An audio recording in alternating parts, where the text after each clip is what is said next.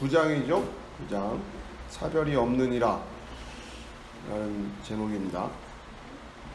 지난 시간에 우리가 이제 나눴던 말씀을 좀 간략하게 요약을 하자면, 지금 로이드 존스 목사님이 기본적으로 복음에 대해서 우리가 진술을 하는데, 기본적으로 긍정적인 형태의 진술만 가지고는 부족하다, 그런 얘기예요. 그리고서 거기에 부정적인 형태의 진술이 필요하다, 이런 이야기를 하는 거죠. 그러니까 여러분이 이 논리를 잘 이해하셔야 되는 게, A는 B이다 라는 진술만 가지고 그게 사실 다 규정이 되는 게 아니라는 얘기인 거예요. 지난 시간 거를 혹시 다 들으셨나요? 네. 그러니까 여러분이 이걸 좀 잘 이해하셔야 된다는 거죠. A는 B입니다만 가지고는 해결이 안 된다는 거예요. 이게 뭐는 아니다라고 하는 것을 추가해서 지금 우리가 이해하지 않고는 오해할 수 있다고 하는 거죠. 그렇기 때문에 긍정적인 형태의 진술 플러스 항상 부정적인 형태의 진술까지 같이 가야 되는데, 늘 항상 여기서부터 이제 문제가 된다는 거죠. 그 이야기에서 우리가 이제 무슨 복음을 규정을 하는 데 있어서 로마서 3장 우리가 이제 보고 있는 특별히 21절부터 보면, 이제는 율법 외에 하나님의 한 의가 나타났으니 율법과 선지자들에게 증거를 받은 것이라 곧 예수 그리스도를 믿음으로 말미암아 모든 믿는 자에게 미치는 하나님의 의인이 차별이 없느니라. 모든 사람이 죄를 범하였음에 하나님의 영광에 이르지 못하더니 그리스도 예수 안에 있는 속량으로 말미암아 하나님의 은혜로 값없이 의롭다 하심을 얻은 자 되었느니라. 이 예수를 하나님이 그의 피로써 믿음으로 말미암는 화목제물로 세우셨으니 이는 하나님께서 길이 참으시는 중에 전에 지은 죄를 간과하심으로 자기의 의로우심을 나타내려 하심이니 곧 이때에 자기의 의로우심을 나타내사 자기도 의로우시며 또한 예수를 믿는 자를 의롭다 하려 하심이라. 여기까지가 복음에 대한 긍정적인 형태의 진술이라고 하는 거예요. 복음은 이런 거다. 간단히 말해서 요약적으로 하자면 예수를 믿음으로 구원을 받는 것이다, 이렇게 얘기를 하는 거죠. 자, 그런데 이제 27절부터 그런즉 자랑할 데가 어디 있냐, 있을 수 없다. 이제 거꾸로 얘기하면 이 복음에 대한 이야기를 우리가 믿음으로 갖고 있을 때 내가 혹여라도 뭔가를 자랑할 거리가 있다라고 생각하거나 그렇게 믿거나 그런 형태로 신앙생활을 하게 되면 이건 안 된다, 그런 얘기를 하는 거예요. 자랑할 데가 어디 있느냐, 있을 수 없다. 그러니까 지금 그러면서 A는 B다 라고 일단 먼저 정리를 해놓고, 그 다음에 주의할 것은 그런데 이건 아니다, 요 얘기를 지금 하고 있는 거예요. 그러면서 지난 시간까지 했던 게 복음에 대해서, 복음이란 이런 것이다, 이렇게 얘기를 한 거죠. 근데 주의할 것은 첫 번째, 자랑할 데가 없다, 요 얘기를 붙이는 거죠. 자랑하면 안 된다는 얘기예요. 조금이라도 우리 인간 쪽에서 뭔가 이 구원과 관련해서 내가 뭐라도 좀 기여했다라는 그런 논리가 들어가면 안 된다라고 하는 거죠. 그리고 오늘 두 번째로 이야기하는 것이 차별이 없다.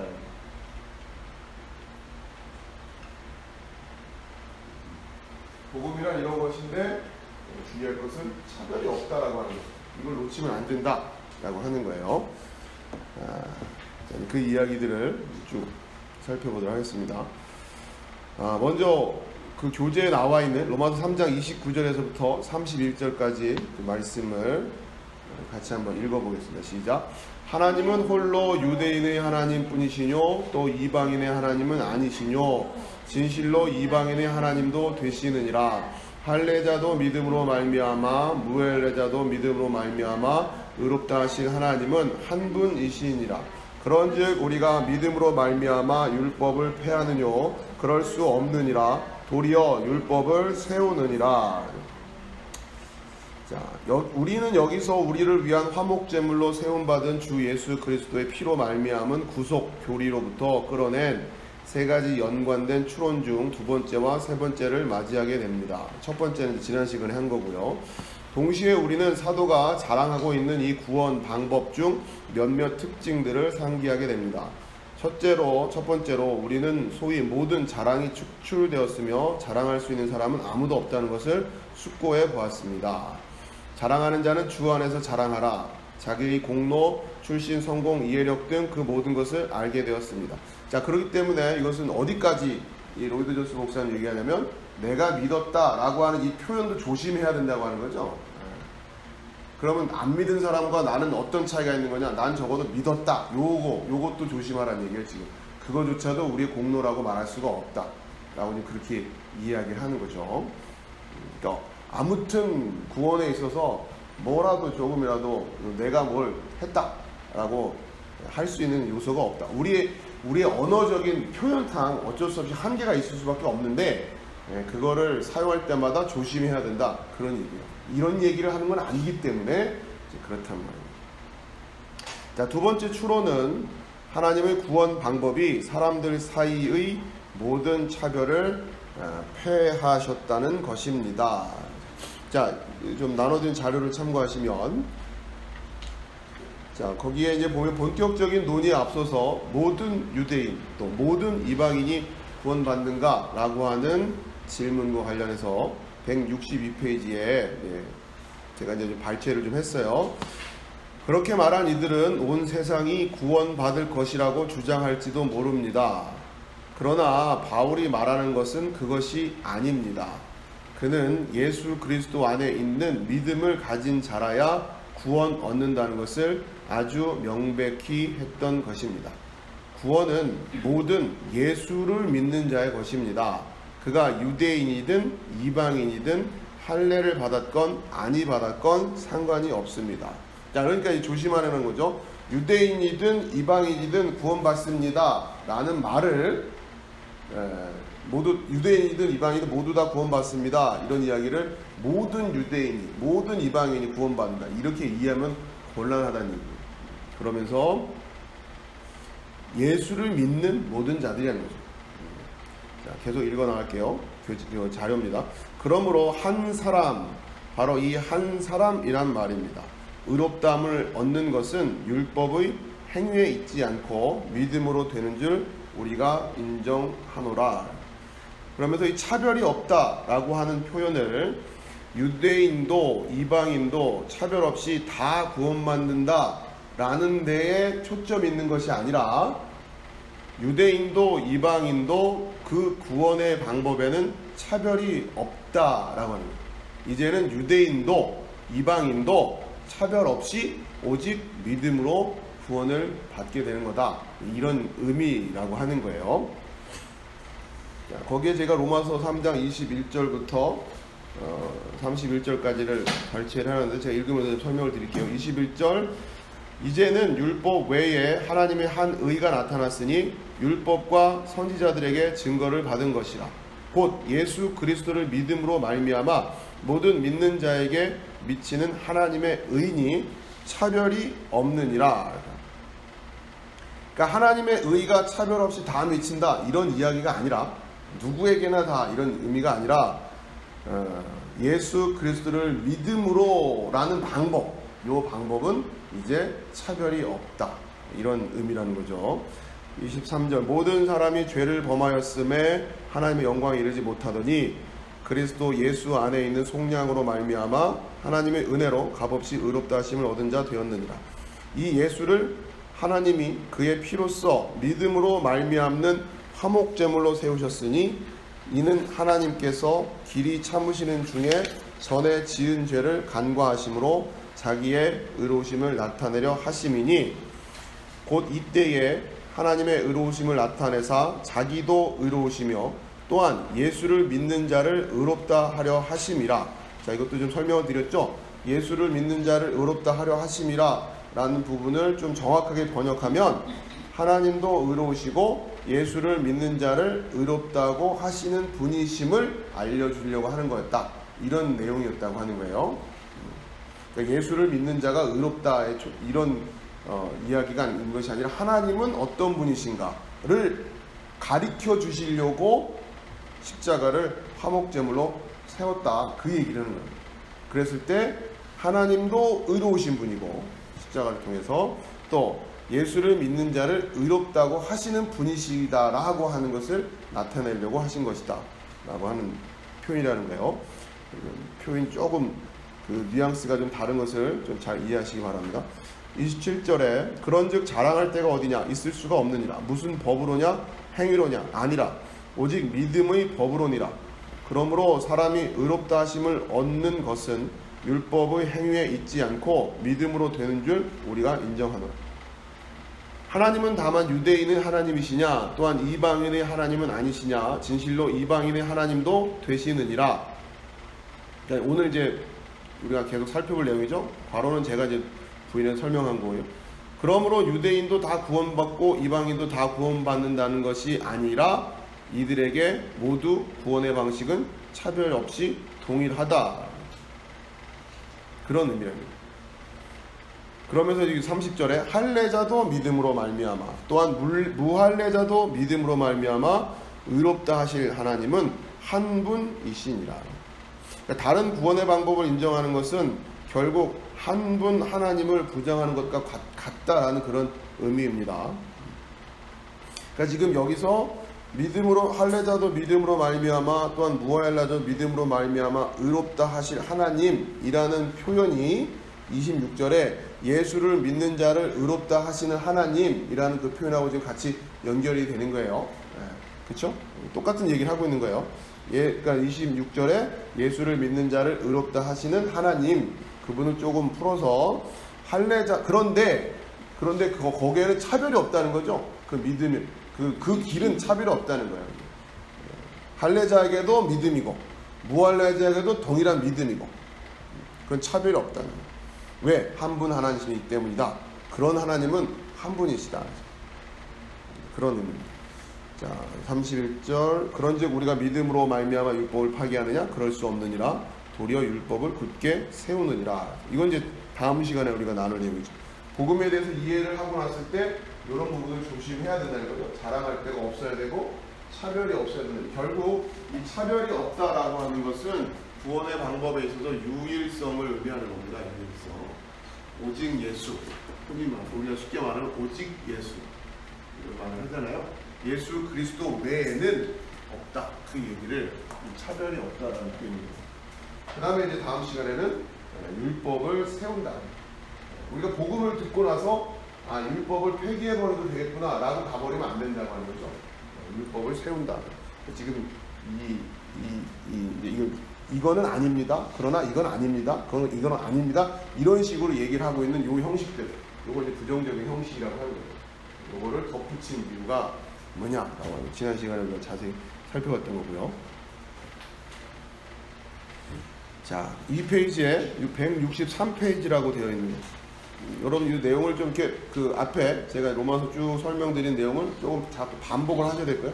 반복하셔서 그 논리가 좀 쉽게 그냥 자연스럽게 이해되게끔. 자, 163페이지에 율법은 구원의 방식에는 유대인과 이방인 사이에 차이가 없음을 부정적으로 과시했는데 이거는 안 된다라고 하는 측면에서 했다라는 의미입니다. 그 이유는 둘 다 율법을 지킬 수 없었기 때문이라는 것입니다. 자, 그런데 이제 여러분 책에 보면 요 제가 밑줄치 부분 그것이 모세를 통해서 주신 율법이든지 마음속에 준 도덕 양심이든지 간에 모든 사람들이 그것을 지키지 못했다는 것은 무형적인 것입니다. 이 좀 번역이 좀 잘못됐어요. 이게 무슨 의미인지를 그렇죠? 지키지 못했다는 것은 무형적인 것입니다. 이게 무슨 말인지 이해가 안 되잖아요, 그렇죠? 이거는 이제 영어 그 원래 그 표현을 번역을 잘못해서 그래요. 그래서 그 원문은 제가 써드렸는데 도움이 되신 분들은 보시고요. 그거를 이제 번역을 하면 이런 거예요. 모세를 통해 외부적으로 주어진 율법이든지 또는 도덕적 의미에서 마음 안에 있는 율법, 흔히 이제 양심이라고 하죠. 인지는 중요하지 않습니다. 율법을 받았든지 지금 양심이든 그건 중요한 게 아닙니다. 모두 실패했습니다. 이런 의미가 됩니다. 거기에 지금 밑줄칠 부분에 무형적인 것입니다 라는 단어가 제가 이제 찾아보니까 immaterial이라고 하는 것을 그렇게 번역을 했는데 이거는 여기서는 지금 이렇게 번역을 하면 안 되고요.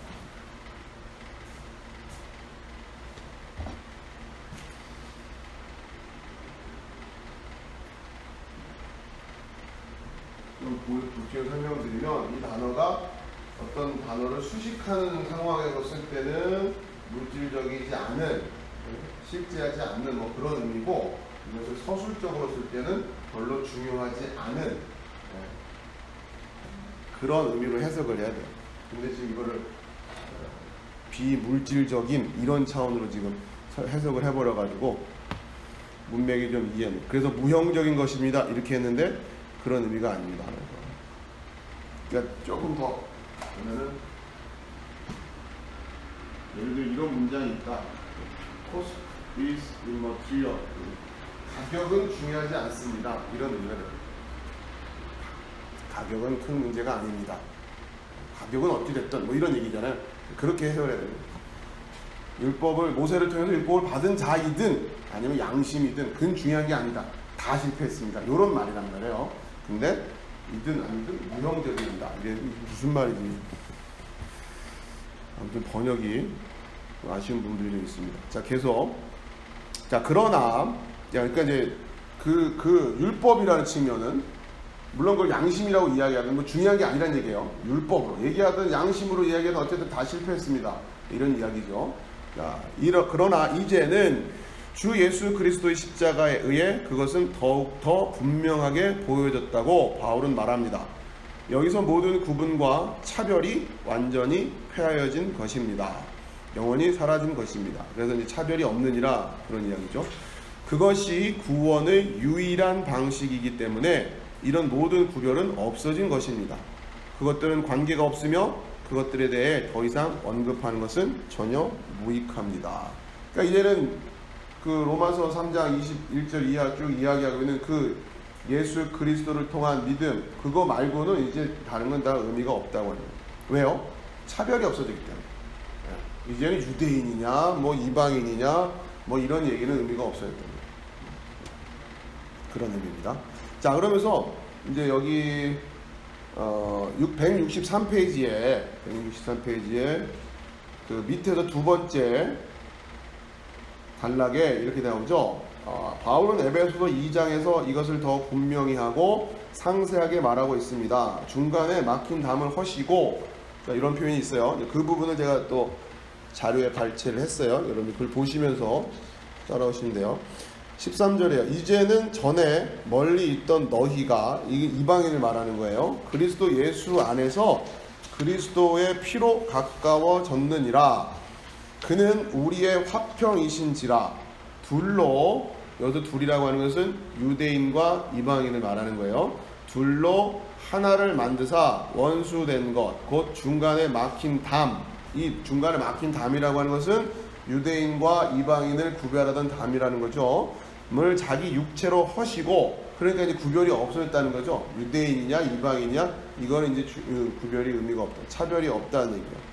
법조문으로 된 계명의 율법을 폐하셨으니 이는 이 둘로 유대인과 이방인, 그렇죠? 자기 안에서 한 세 사람을 지어 화평하게 하시고, 16절 또 십자가로 이 둘을, 유대인과 이방인입니다, 한 몸으로 하나님과 화목하게 하려 하심이라. 원수된 것을 십자가로 소멸하시고. 자, 이러면서 지금 쭉 이어지는데, 그 이제 소위 그 이스라엘에 가서 거기 보면 이제 유대인들하고 기독교인들하고 소위 이제 한 세 사람 요거 가지고서 이제 하나됨을, 여기 이제 신학적인 이해를 가지고서 사역을 하시는 선교사님들이 계세요. 유대인과 이방인이 하나 되는, 이게 십자가의 뜻이다.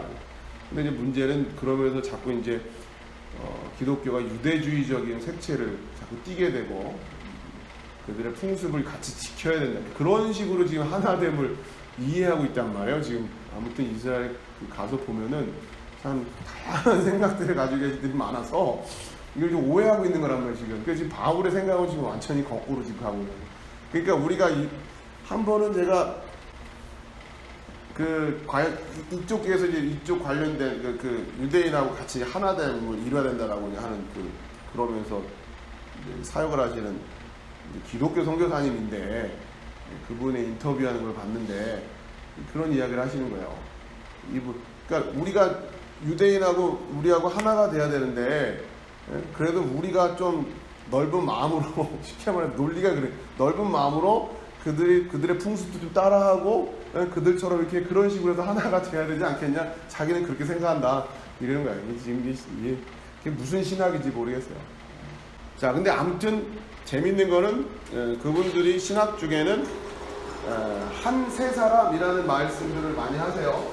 들어보셨는지 모르겠는데 목사님 들어보셨나요? 아, 그렇죠. 많이 하죠 그런 얘기. 한 세 사람 원 뉴맨 미국 쪽에서 미국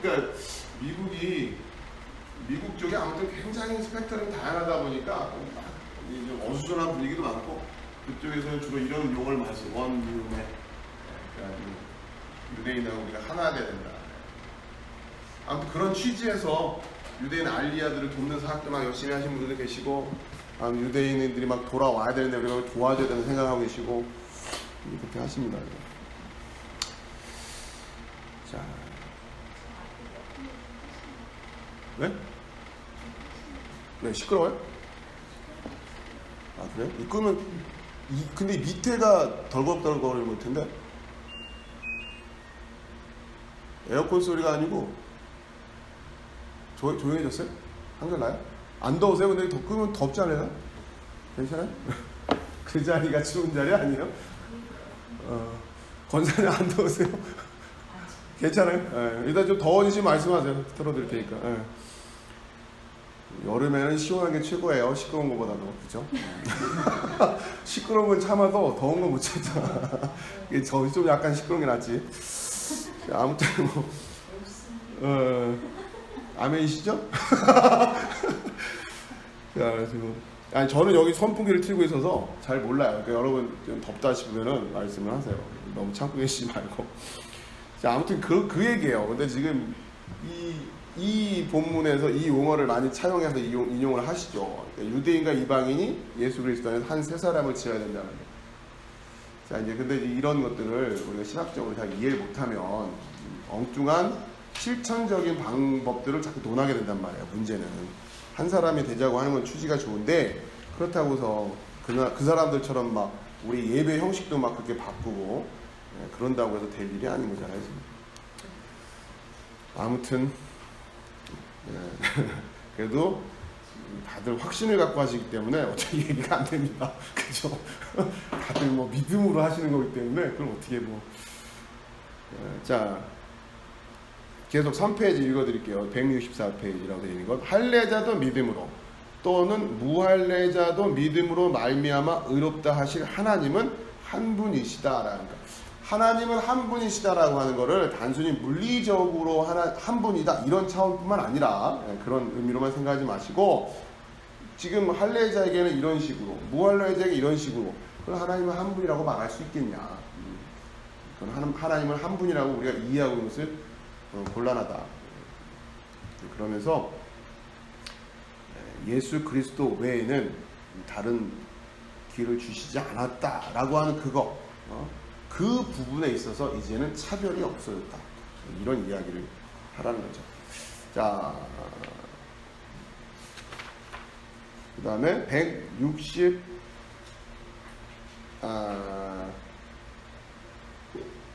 이거 한번 읽고 갈까? 164페이지에 중간쯤에 보면 그러므로가 있어요. 164페이지. 그러므로 사도의 주장을 다음과 같이 지적할 수 있습니다. 오직 하나님은 한 분이시라는 사실은 틀림없이 유대인과 이방인 사이의 구별과 차별이 이제 더 이상 영속화해서는 안 된다는 것을 의미합니다. 그러니까 이제 유대인과 이방인 구별이 없다는 얘기입니다. 유대인들은 하나님이 오직 한 분인데도 이것을 구별하는 경향이 있었습니다. 그들이 잘못된 것입니다. 유대인을 위한 한 하나님이 존재하고 이방인들을 위해서는 다른 하나님이 존재하는 것이 아닙니다. 자, 그러면서 3페이지 다시 자료 보세요. 거기 보면 제가 이제 소제목을 단어상의 차이에 의한 반론을 검토 이렇게 해놨는데 자, 이거는 이제 교재로 말하면 책으로 말하면 165페이지 내용인데 꽤 많이 설명을 하셨는데 아무튼 요점은 그거예요. 이런 반론이 있다고 하는 거예요. 로마서 3장 30절을 보면 할례자도 믿음으로 말미암아 또한 무할례자도 믿음으로 말미암아 의롭다 하실 하나님은 한 분이시나 이랬는데 우리 성경은 똑같이 말미암아 이렇게 돼 있어요. 근데 이제 제가 색깔을 구별해 놨죠. 빨간색과 파란색으로. 어떤 이제 반론이 있냐면 그런데 이제 자세하게 보면은 거기 이제 밑에 30절 해가지고 헬라어로 되어 있는 거 빨간색이 에크고 파란색은 디아란 말이에요. 이게 다르다는 얘기죠. 이 다른 거니까 할례자가 믿음으로 말미암아 할 때는 에크였고 에크 필스 그 다음에 디아 이 지금 똑같이 여기 이제 우리말로 믿음인데 믿음으로인데 이게 다르지 않냐.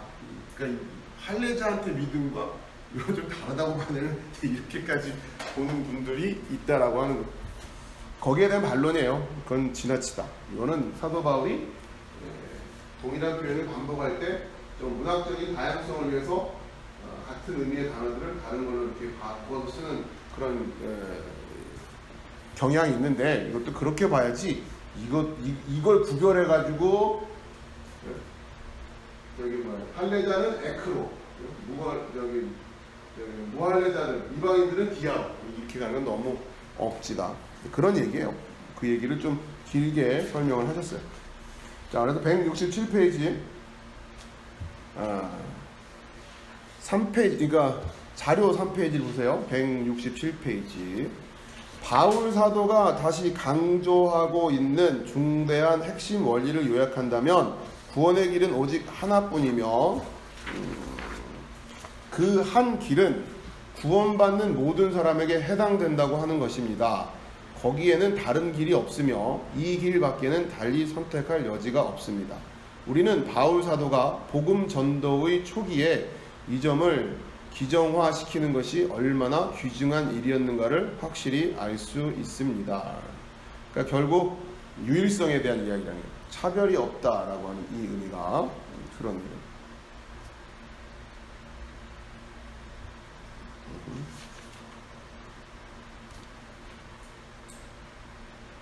자, 그 다음에 계속 자료를 볼게요. 세계 종교회의 또 세계 신앙회의를 비판하는, 그러니까 지금 로이드 존스 목사님이 이제 활동하시는 그런 시절이 이러한 종교 통합에 대한 또 신학적인 또 움직임들, 그런 운동들이 막 이렇게 조금씩 카톨릭을 중심으로 해서 벌어지고 있고, 소위 이제 개신교 안에서도 예전부터 뭐 소위 자유주의적이라고 하는 신학자들에게서는 그런 이야기들이 늘 있어 왔지만 복음주의라고 하는 쪽에서조차도 이제 점점 이런 이야기들이 나오기 시작한단 말이에요. 거기에 대해서 굉장히 강경하게 비판을 하던 입장이었기 때문에 어떻게 보면 그 역사적인 그 센터에서 지금 이런 이야기를 하고 있는 거예요. 169페이지를 이걸 좀 이제 이해하시려면 그냥 배경을 좀 설명드리면 역사적인 상황을 좀 이해하셔야 되는데, 일단은 우리가 기회가 되면 한번 좀 정리를 하겠지만 우선은 1962년에서 1965년에 제2차 바티칸 공의회, 이 캐톨릭 쪽에서의 회의예요. 여기 이제 제2차 바티칸 공의회를 통해 가지고 캐톨릭이 이제 이 공의회라고 하는 것은 간단히 말하면 캐톨릭 다 모여가지고 중요한 교리적인 문제들이라든가 이런 것들 한 번씩 총 정리를 하고 넘어간단 말이에요. 굉장히 중요한 의미를 가지고 있어요. 자, 그러면서 이 바티칸 공의회에서 여러 가지 중요한 결정들을 하는데 그 중에서 굉장히 중요한 내용 중에 하나가 바로 소위 말하는 우리가 이제 늘 개신교 쪽에서 비판하는, 복음주의 쪽에서 비판하는 종교다원주의에 대한 문을 열어버렸단 말이에요. 이 제2차 바티칸 공의회에서. 그러니까 이 종교다원주의라고 하는 것에 대한 문을 여는데 그 안을 좀 들여다보면 이런 식인 거예요. 예를 들자면 그동안 카톨릭이 기독교인들의 우리 개신교에도 구원이 있다고 생각했어요? 아닐까요? 없다고 생각했겠죠? 캐톨릭 입장에서는. 그렇죠? 뛰쳐나가는 애니까. 그런데 이때 개신교 안에도 구원받은 자들이 있을 수 있다라고 하는 걸로 해서 지금 개신교의 문을 열어요. 물론 다른 종교에도 구원이 있을 가능성을 여는데 거기는 우리는 자꾸 우리가 이제 너무 막연하게 생각하는데 이쪽 입장에서는 뭐에 대한 문제를 해결하려고 일단 개신교 쟤네들 형제들을 어떻게 지금 철없이 저러고 나가는데 어떻게 하지? 이런 생각이 있는 거예요. 그러면서 개신교에도 구원이 있을 수 있다라고 이야기를 합니다. 그러면서 자연스럽게 신학적인 이제 해석을 통해서 개신교뿐만 아니라 다른 여타에도 지금 구원이 있을 수 있다라고 하는 가능성을 열게 되는 데이터 바티칸 공예. 그 앞서서 이 공예에 앞서서 칼 라너라고 하는 카톨릭 신학자죠. 카톨릭 신학자를 통해서 유명해진 개념이 있는데 그것이 뭐냐? 익명의 그리스도인. 굉장히 유명한 개념이에요. 종교다원주의라고 하는 것을 이야기할 때 이 칼 라너라고 하는 사람, 그 다음에 익명의 그리스도인, 제2차 바티칸 공예 이런 내용들을 우리가 좀 배경 지식을 가지고 있어요. 이게 무슨 얘기냐면 익명의 그리스도인이라는 것은 이런 거예요. 간단히 말하면 자기가 그리스도인인지도 모르는데 그리스도인일 수도 있다는 얘기예요.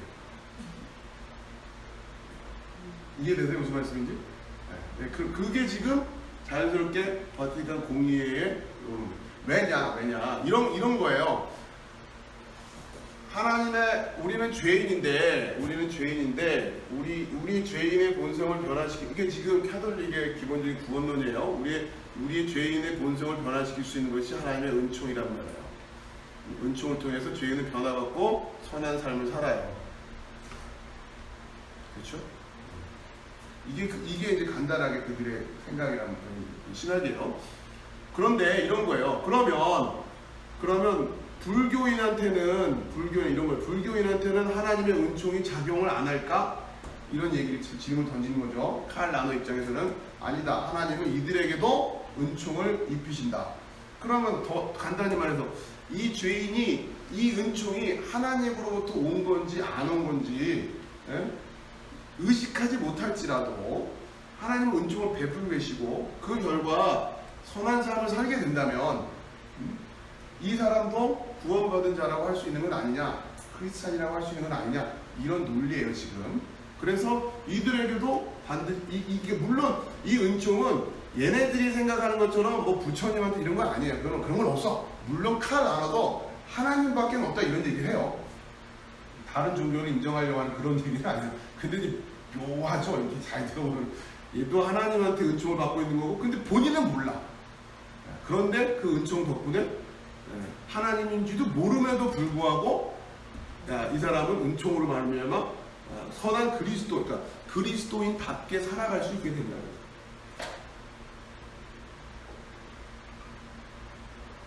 그런데 이 사람은 본인이 그리스도인지를 알까 모를까 모른단 말이에요.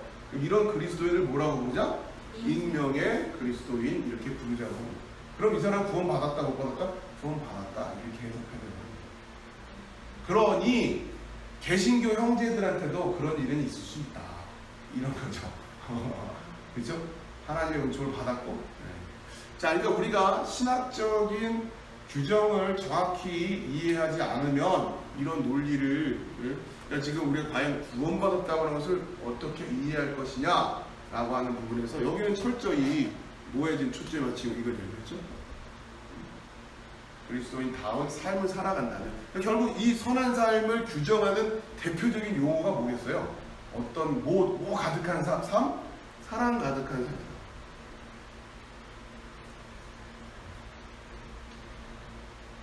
그러니까 우리가 이 사랑이 중요하다라고 하는 말을 할 때 굉장히 조심해야 돼요, 사실.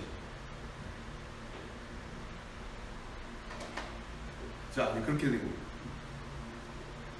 이거는 이제 익명의 그리스도인이라고 하고, 자, 이제 이런 기본적인 그러니까 신학적인 논리죠.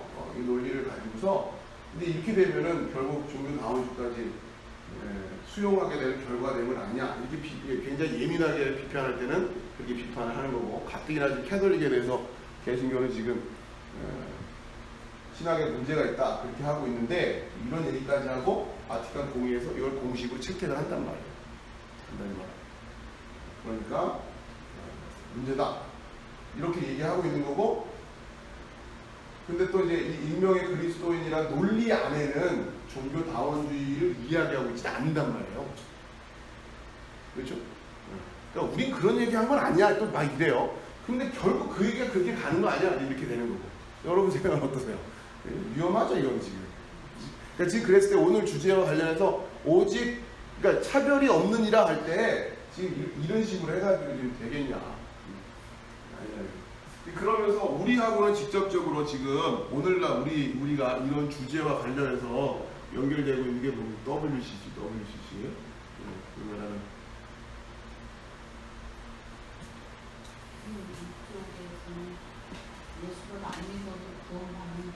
믿는지 안 믿는지를 몰라도. 네, 그러니까. 자기 철석같이 불교인이에요.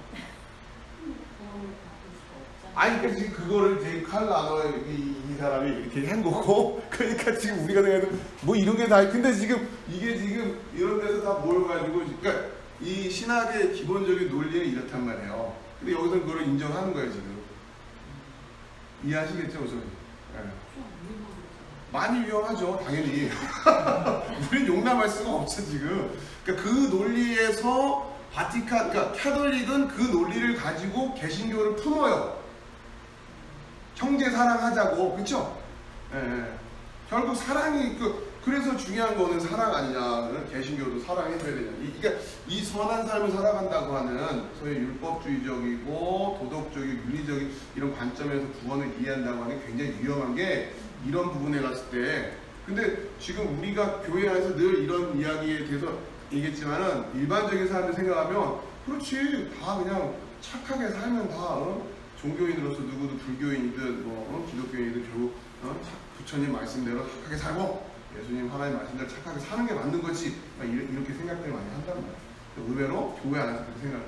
지금 이제 아무튼 이렇게 되는 게 바티칸 공의회의 굉장히 중요한 논의 중에 하나였고, 이것을 공식적으로 이렇게 된다라고 채택을 했단 말이에요. 그래서 공식적으로. 그러니까 개신교 복음주의 쪽에서는 이건 말도 안 된다. 안 그래도 지금 캐톨릭은 구원론에 문제가 있고 막 그런데 안 그래도 지금 점점 갈수록 더해가지고 이렇게 비판을 하게 되는 거죠. 자, 그러면서 캐톨릭이 개신교와 타종교를 품는 논리의 근거가 이런 거란 말이에요. 거기는 시각적으로. 또 개신교 안에서도 WCC에 가입하는 교단들, WCC를 지지하는 목사님들이 계시죠? 거기에 입장에서도 이런 논리를 가지고 얘기를 하는 거예요. 그래서 우리는 캐톨릭하고 같이 그리스도의 사랑을 실천해야 된다. 그러니까 이런 거예요. 그리스도의 사랑을 실천해야 된다고 하는 이 대명제 앞에서는 이런 세부적인 건 좀 덮어놔야 되는 거 아니에요. 이런 입장이고, 오이드노스 목사님 같은 경우 계속 그런 분위기를 지금 비판을 하고 있는 거죠. 지금 그래가지고 아무튼 우리 예전에 부산에서 이 WC 총회가 개최될 때 그 개최 총위원장이 김상환 목사님이었잖아요. 그래가지고 엄청나게 비난을 많이 받으시고.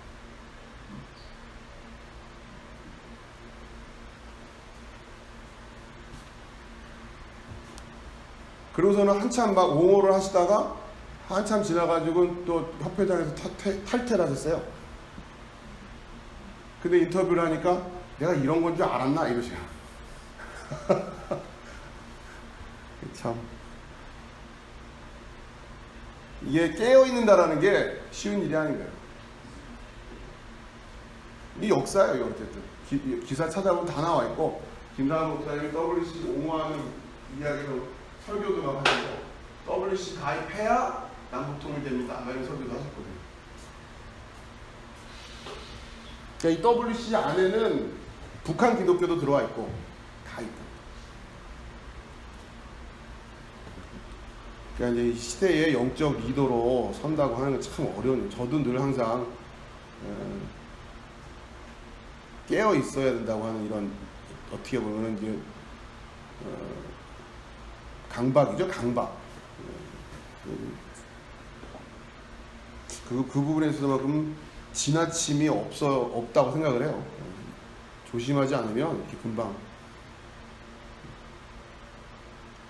끊임없이 고민하고 연구하고 시대가 변하는 것을 보고 또 이런 이야기들을 세계, 그러니까 지금 임상 목사님이 인터뷰하시는데 나는 그냥 세계 교회들이 다 모이는 회의인 줄 알았지. 난 뭐 이렇게까지 뭐 복잡한 얘기인 줄 알았나. 나중에 탈퇴하실 때는 그렇게 변명을 하신단 말이에요. 그 전에 막 그냥 신학생들이고 막 그 목사한테 막 제발 탈퇴하시라고 그렇게 간곡하게 막.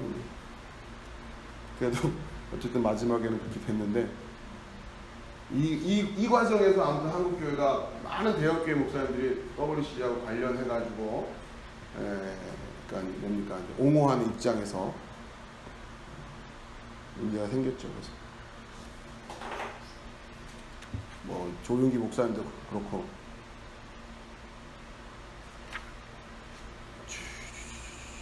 자 아무튼 이제 오케이. 이런 배경을 이해하셔야 돼요. 이러한 상황 속에서 그러니까 이러한 영적인 흐름이 있는데 이러한 것들을 어떻게 할 것인가라고 하는 이런 흐름 가운데 이거를 우리 개신교 입장에서는 어떻게 이해해야 될까라고 하는 또 그런 논의가 있었겠죠. 이거는 이제 캐톨릭 안에서의 이제 이야기고 결국은 이 안에서 이렇게 정리가 됐고 그럼 캐톨릭의 학자들하고 이걸 다 인정하느냐 또 그렇지도 않아요. 아무튼 이 공의에서 이렇게 결정이 된 거고 그 다음에 한스 킹이라고 하는 이 사람도 굉장히 유명한 캐톨릭 신학자인데 우리나라에 이 사람 굉장히 유명합니다. 그리고 이분이 쓴 교회론이 또 굉장히 또 유명해요. 한스 킹의 교회. 그러니까 이분 같은 경우는 또 굉장히 칼 라너를 비판하죠. 말도 안 되죠. 이게 말이 되냐 이러면서 엄청나게 강력하게 비판합니다. 아무튼 굉장히 생각들이 다양해요. 그리고 우리 이제 그런 다양성 속에서 여러 가지 이야기들이 들려오고 그런 부분에서 내가 말씀으로 분별해 나간다고 하는 게 이 생각처럼 간단한 얘기 아닙니다.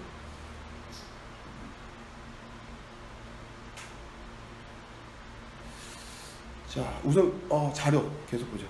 4페이지. 그래서 이제 이런 배경을 이해하시고 169페이지라고 되어 있는 169라고 쓴 데를 그런 주장은 바울이 말하고 있는 바로 그것에 대한 철저한 부인입니다. 그러니까 지금 그런 주장은 이런 부분을 얘기하는 거예요. 지금 사도는 하나님은 오직 한 분뿐이라고 말합니다. 그러나 세계 신앙회의도 그렇게 말합니다. 세계 신앙회의도 하나님은 오직 한 분뿐 이렇게 얘기한다는 얘기예요. 칼 라노도 하나님 오직 한 분뿐이다 이렇게 얘기해요. 유일한 종교는 기독교밖에 없다 또 이렇게 얘기한단 말이에요. 칼 라노도. 그러니까 지금 긍정적인 진술만 가지고는 해결이 안 된다는 얘기예요. 지금 그 뒷부분도 봐야 돼요. 그래서 어쩔 수 없이 진리라고 하는 것을 우리가 설명해내는 데 있어서는 긍정적인 형식 플러스 부정적인 형식. 그렇지만 이건 아닙니다. 그렇지만 이건 아닙니다. 라는 덧붙임이 없이는 해결이 안 된다. 왜 여기 다 똑같이 그 얘기를 하니까. 이 사람들의 문서를 보면 한 번 하나님 얘기하지 뭐 하나님이 여러 명입니다. 이런 얘기 안 하거든요.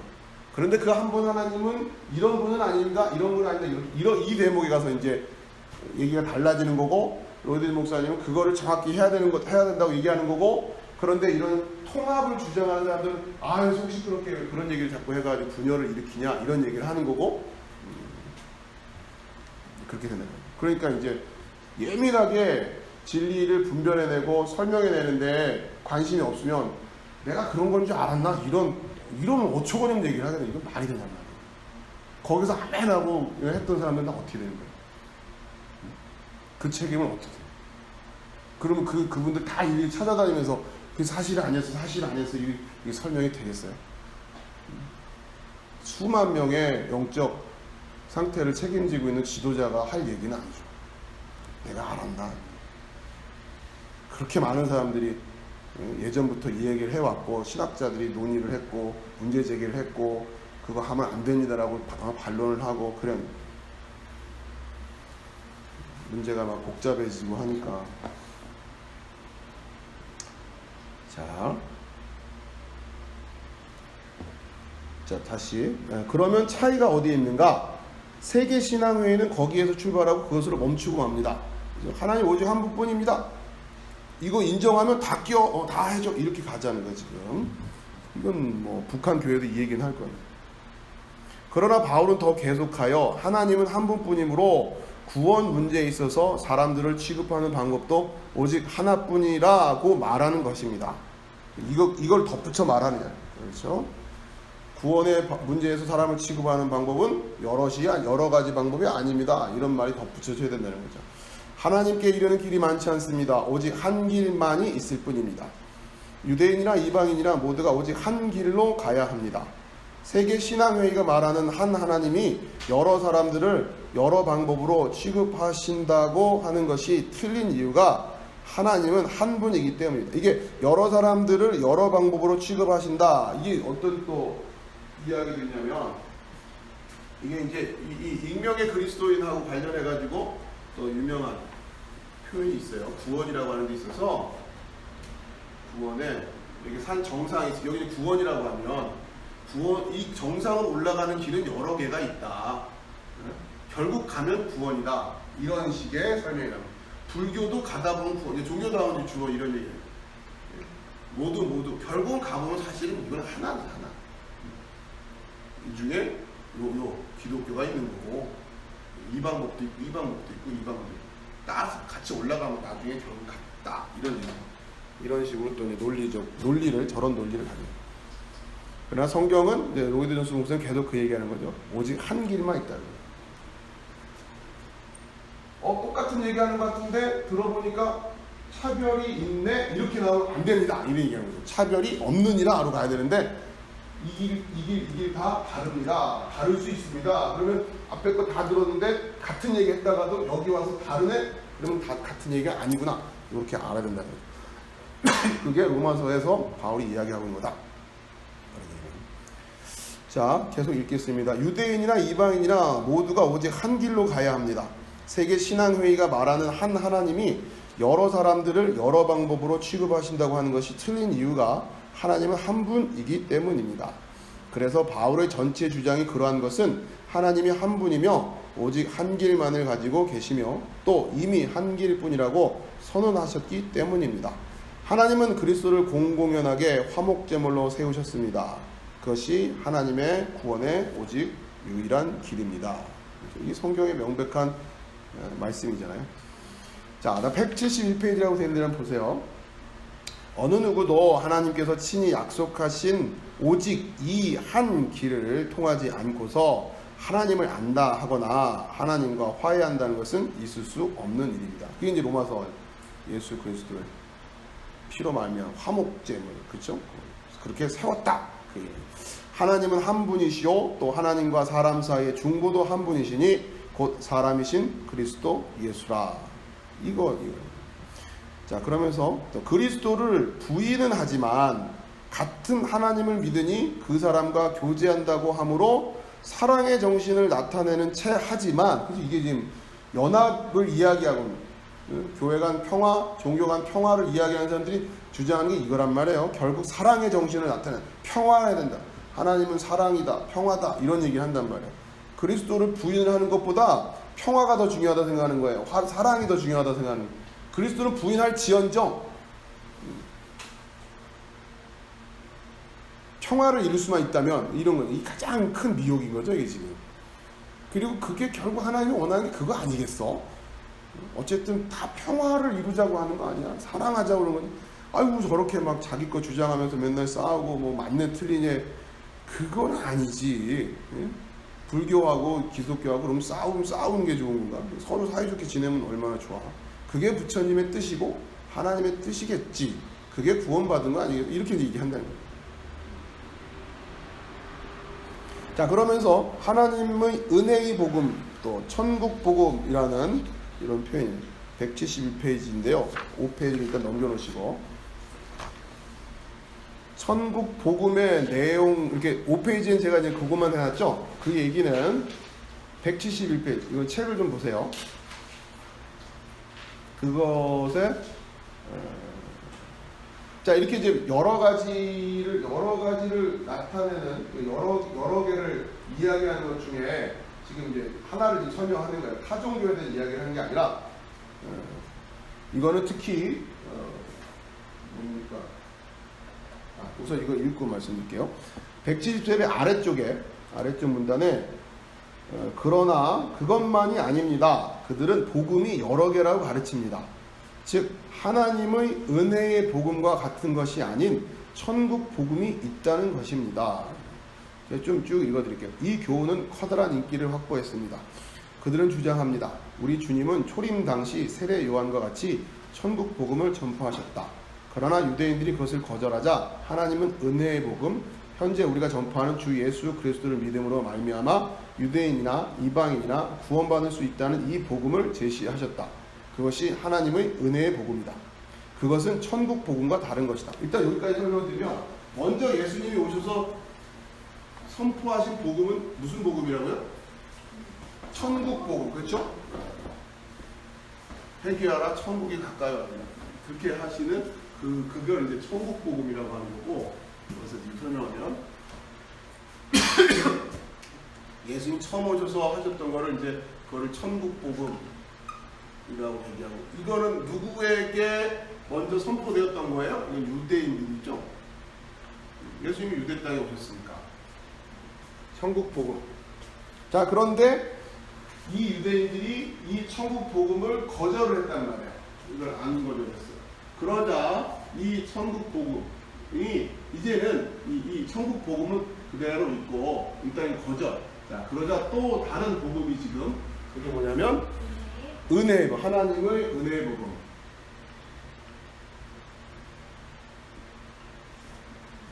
복음이 유대인들이 거절하는 바람에 누구에게? 이방인에게.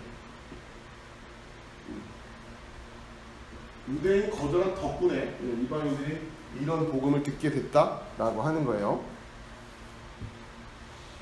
자, 그러니까 이게 대표적인 흔히 말하는 세대주의. 몇 번 말씀드렸죠. 들어는 보셨을 테니까 나중에 따로 좀 정리를 해드리고요. 세대주의가 지금 이야기하는 유대인과 이방인을 이렇게 구별하는 거란 말이에요. 그러면서 천국 복음이 유대인들이 거절했고, 그래서 지금 이 복음이 하나의 은혜의 복음으로 이방인. 왜냐하면 기본적으로 이방인에는 율법 자체가 없었기 때문에 은혜의 복음. 자, 계속 읽을게요. 171페이지 아래에서 두 번째 줄. 이 은혜의 복음은 대환란이 있기까지 전파되고 나서는 종말이 온다. 그들은 구체적인 것에 관해 서로 일치하지 않습니다. 그건 세대주의라는 거예요. 자, 이게 지금 이 하나님의 은혜 복음이 언제까지 전파된다? 대환란까지. 그렇죠? 대환란 전까지 은혜의 복음이 이방인에게 전파되고, 이때 대환란 전에 은혜의 복음을 듣고 구원받은 자들은 대환란 전에 어떻게 되고? 휴거되고, 유대인들이 이 땅에 남아서 대환란을 겪게 되고, 그러나 그 당시까지 아직 이 천국 복음이 유일하니까 천국 복음을 듣고 구원받게 돼요. 근데 이제 이 사람들은 다 결국 뭐예요? 대환란을 거칠 수밖에 없습니다. 대환란은 누구만 거친다? 유대인만 거친다.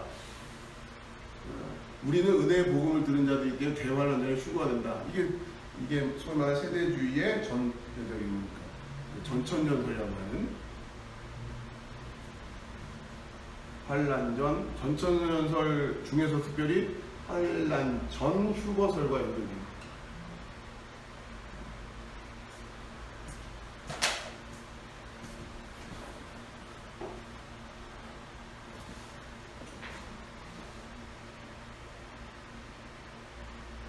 자, 그 다음에 이제 171페이지 첫 번째 줄 보면, 어떤 이는 더 일찍 끝이 올 것이고 그런 다음에 천국 복음이 다시 되돌아올 것이며, 유대인들이 옛날에 거절했던 천국 복음을 믿음으로 구원받는 사람들이 있을 것이라고 말합니다.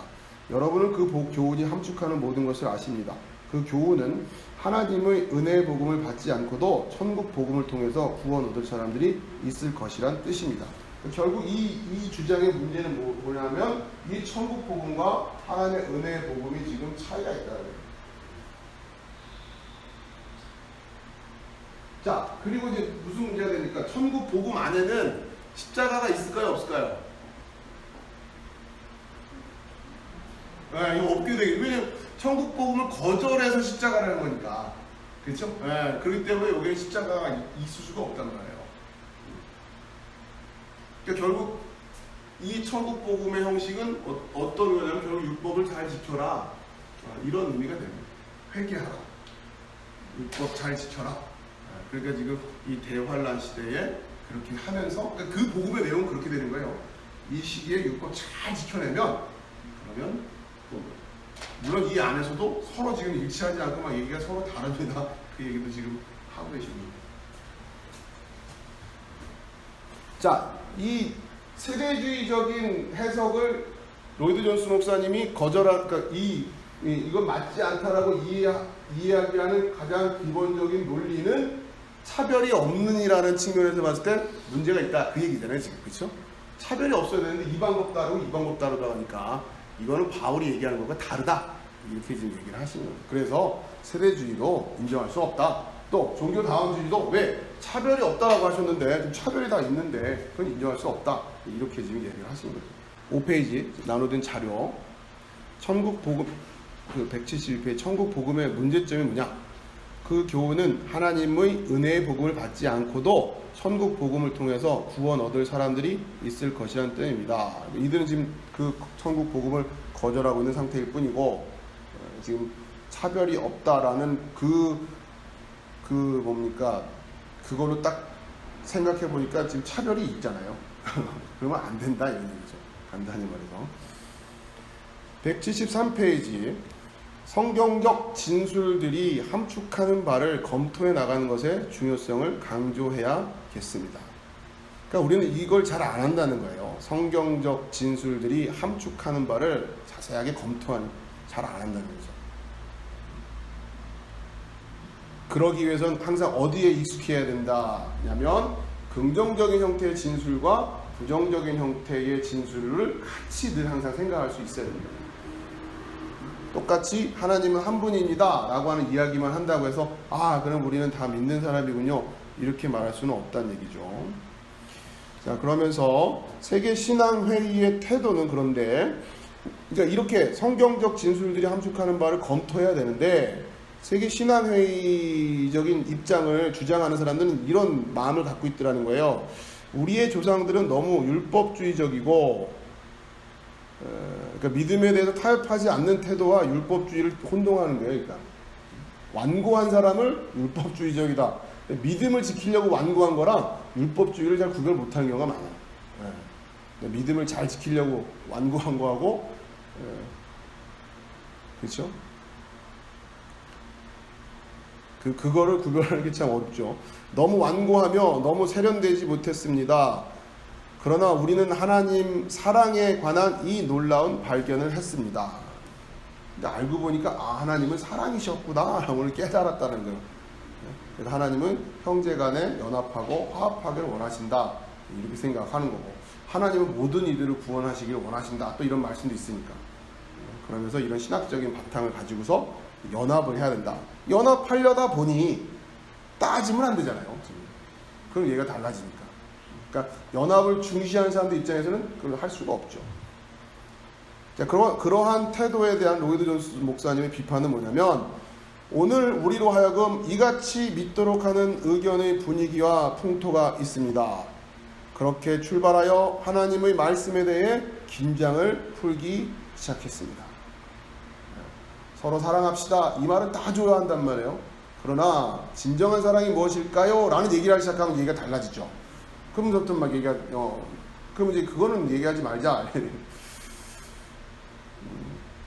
오류가 취하는 두 번째 형태는 중대한 문제에 언제나 긍정적이라는 것입니다.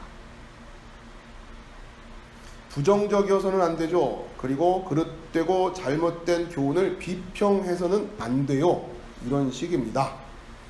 너무 유별나게 굴어서는 안 돼요. 그렇지 않으면 자신을 권위자로 세우는 것이니까. 뭐 이런 거예요. 자기만 안다고 떠들어. 뭐 이런 얘기예요. 당신네들은 그 외 모든 자들은 틀렸다고 말하고 있어. 그것은 비평적이고 사랑이 결핍한 탓이요. 이렇게 교묘한 길로 끌고 들어갑니다.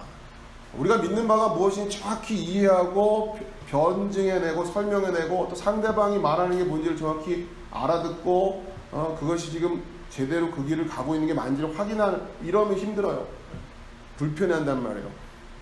그러면서 그런 태도를 점점 비판하는 그런 상황들이 더 늘어갑니다. 그러면서 결정적으로 사랑이 없다 이렇게 말한다는 거예요. 이게 아주 굉장히 큰 미혹입니다. 진리를 철저하게 고수하려고 하려다 보면, 그렇죠? 따지는 사람처럼 보이게 되고, 왜 용납하지 못하고 포용하지 못할까? 이런 비판을 받게 되는 거죠. 그러니까 이걸 어떻게 분별하느냐가 굉장히 중요한 거예요. 이걸 단순히 이게 성격 문제로 이해할 거냐? 아니면 이 진리를 타협할 수 없다라고 하는 것에서 오는 그걸로 이해할 거냐? 이거는 여러분들이 구별을 해야 돼. 이 정도인데. 나긋나긋하게 이야기를 한다. 왜 그거를 막 이렇게 막 화를 내면서 이야기하는 이런 얘기의 문제가 아니라, 우리는 조금 그 부분에 대해서는 냉정하게 무슨 이야기를 하려고 저러는 걸까? 귀담아 들을 줄 알아야 돼요. 자, 우선 책을 여러분 한번 쭉 보실 필요가 있는 부분이 있어요. 여러분 173페이지에서 175페이지는 나중에도 한번 쭉 요 뒷부분이 굉장히 좀 중요하거든요. 그러니까 하나님의 아까 71페이지에서 했던 부분하고 뒤를 쭉 읽어보시는데, 한번 여러분 개인적으로 제가 중간중간에 설명하느라고 이제 끊었잖아요. 여러분 한번 같이 환호흡으로 읽어보시는 게 굉장히 중요합니다. 꼭 추천을 드리고, 제가 같이 읽을 것은 174페이지 위에서 하나 둘 셋 네 번째 줄 그러나부터 제가 읽을게요. 이건 한번 쭉 읽고 마치면 좋겠는데요. 자, 그러나 절대적인 문제는 다음입니다. 그러니까 아무튼 이런 여러 가지 혼란스러운 상황이고, 또 여기에 대해 나름대로 신학적인 이유도 되고, 또 사랑을 주장하면서 좀 포용하자고도 하고, 이런 여러 가지 상황 속에서, 자, 정말 중요한 문제는 이런 거다. 즉 우리는 그리스도 안에서의 구원이 오직 그의 피로 말미암으며 오직 믿음으로만 의롭다함을 얻는다는 것이 중차대하고 절대적인 교리라는 데 대해 절대적으로 명확합니까? 자, 이것은 틀림없는 겁니까? 다른 얘기 다 떠나서 이것만큼은 지금 로이드 존스 목사님이 반박을 하면서 다른 이야기를 하는 사람들한테 혹은 우리한테 질문하는 거예요. 이것만큼은 정말 타협할 수 없는 진리라고 생각합니까? 네, 이런 얘기죠. 이것들은 기본적이고 근본적인 것입니다. 우리가 독선적이어서는 안 되며 할 수도 없는 다른 문제가 있습니다. 그러나 여기서는 분명히 어떤 논쟁도 있을 수가 없습니다. 다음에 한 구절만이 단번에 충분합니다. 즉 사람이 의롭다함을 얻는 것은 율법의 행위와는 별도로 오직 믿음으로만 되는 줄 우리가 인정하노라. 그리스도의 피는 본질적인 것입니다. 그는 화목제물이십니다. 그리고 그것은 모든 사람들에게 해당됩니다. 모든 사람은 이 길로 가야 합니다. 모든 사람들이 이 길로 가야 합니까? 오직 그분과 그분의 피를 의지하는 사람들은 그분 없이도 하나님을 안다고 부르짖는 사람들과는 어쩐 교제도 불가능합니다. 그러니까 여러분 이거에 대해서 어떻게 생각하냐는 거예요. 지금 목사님이 지금 번역이 아무튼 이게 지금 목사님이 그러니까 목사님이 반론하고 싶은 사람들의 이야기를 인용하는 부분도 있고 거기서 반론하는데, 그러니까 목사님이 자기 얘기가 아니고 딴 사람 얘기를 그 사람이 이런 식으로 얘기하는 거를 그대로 막 말씀하시는 게 있어서 이 구별이 잘 안 되면 지금 논리적으로 지금 혼란스러울 수가 있어요. 다시 모든 사람은 이 길로 가야 합니까? 맞죠. 네.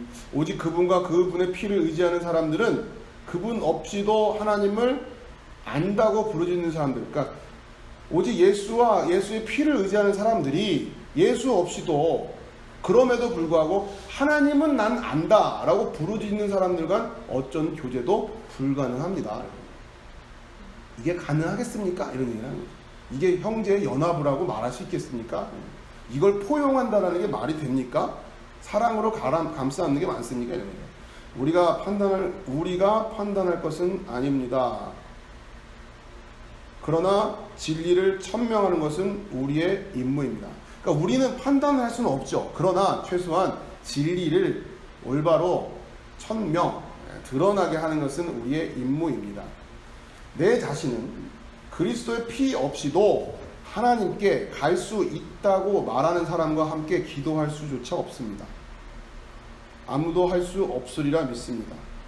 그러므로 저는 비록 그런 사람이 내 옆에서 기도하는 척 한다 해도 우리는 같은 일을 하고 있지 않다고 말할 수밖에 없는 것입니다. 로이드 존스 목사님은 교회 안에서 믿음의 공동체, 예배의 공동체에 대한 순수성에 대해서 굉장히 예민한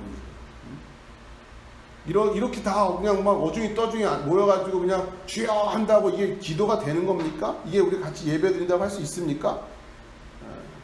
판단할 수 있는 문제는 아니지만 이런 얘기를 하는 거죠. 그러나 나는 이거를 용납할 수는 없다. 내가 누가 옳고 누가 그르고 그거를 그 심중까지 들어가도 판단할 수는 없지만 적어도 이건 아니다라고 하는 건 나는 안다. 그런 얘기고, 우리 예배가 그럴 수는 없다라고 하는 것은 우리가 공감해야 되는 건 아니야. 거기다가 이제 왜 사랑이 없어요? 왜 따져요? 막 이렇게 되면 당신만 옳다는 얘기예요? 뭐 이런 식으로 간다는 거죠. 그러한 문화로 흘러가고 있대요. 어떻게 같을 수 있습니까? 자랑은 사라지고 구불과 차별은 폐해졌습니다. 온 세계가 정확하게 말해서 하나님 앞에 정죄 아래 있습니다. 아무도 예수 그리스도와 그의 피 공로로 말미암지 않고는 하나님과 그의 사죄 또 그의 부성을 알지 못할 것입니다. 하나님께서 우리를 깨우치시사 이 일의 중요성과 긴박성을 깨닫게 하십니다. 종교 개혁자들은 허무하게 죽지 않았고 우리의 조상들은 쓸데없이 고난받지 않았습니다. 우리는 우리의 무지함 속에서 상냥하고 친절하려는 마음을 가지고 소위 교제라는 것을 나눔으로 신앙을 부인하는 일과 진리들을 고수하기 위해 그들의 목숨까지 포기했던 하나님의 사람들을 부인하는 일이 없도록 주의해야 하겠습니다. 교제한다라는 마음으로 같이 그냥 이렇게 그런 것 때문에 결국은 신앙을 부인하는 모습이고, 또 그것이 결국 우리의 믿음의 조상들, 신앙을 위해서 목숨까지 포기했던 사람들을 욕되게 하는 것 아닙니까? 하나님께서 우리에게 자비를 베푸셔서 우리의 눈을 열어 진리를 알게 하십니다. 또한 그것을 바탕으로 살게 하시고 열심으로 그것을 주장하게 하시며 그것의 모든 놀라운 축복을 누리게 하십니다. 자, 이렇게 하면서 말씀을 마치셨습니다. 오늘 이제 차별이 없느니라 라고 하는 이 주제는 지난 시간 것과 연결하면 우리가 복음을 진술하는 데 있어서 긍정적인 형태뿐만 아니라 또 그것이 아닌 것을 또 명확하게 하는 그런 형태가 필요하다고 하는 것이고, 오늘 차별이 없다라고 하는 이 표현은 복음, 그러니까 구원의 방법에 있어서 유일성이죠. 오직 예수 그리스도 말고는 다른 길이 없다라고 하는 것. 그런데 이것이 점점 무시되고 있다라는 거죠. 이 시대가 뭐 때문에 이제 뭐 캐톨릭은 캐톨릭 안에서도 그러고 있고, 또 개신교는 개신교대로 복음주의라고 하는 것들조차도 이렇게 이제 흘러가고, 그러면서 그들이 내세우는, 그러니까 그들의 어떤 신학적인 태도를 보면 하나하나를 점검을 안 하더라는 거예요. 로이드 존스 목사님은 정확하게 점검하고 저들이 무슨 얘기를 하는지를 얘기를 안 하더라는 거예요. 단순히 그냥 무슨 교회입니다, 명함만 내밀면 그러세요, 우리 연합합시다, 이러더라는 거죠. 그런 식으로 연합을 이뤄가려고 하더라는 거예요. 그건 아니다는 거예요.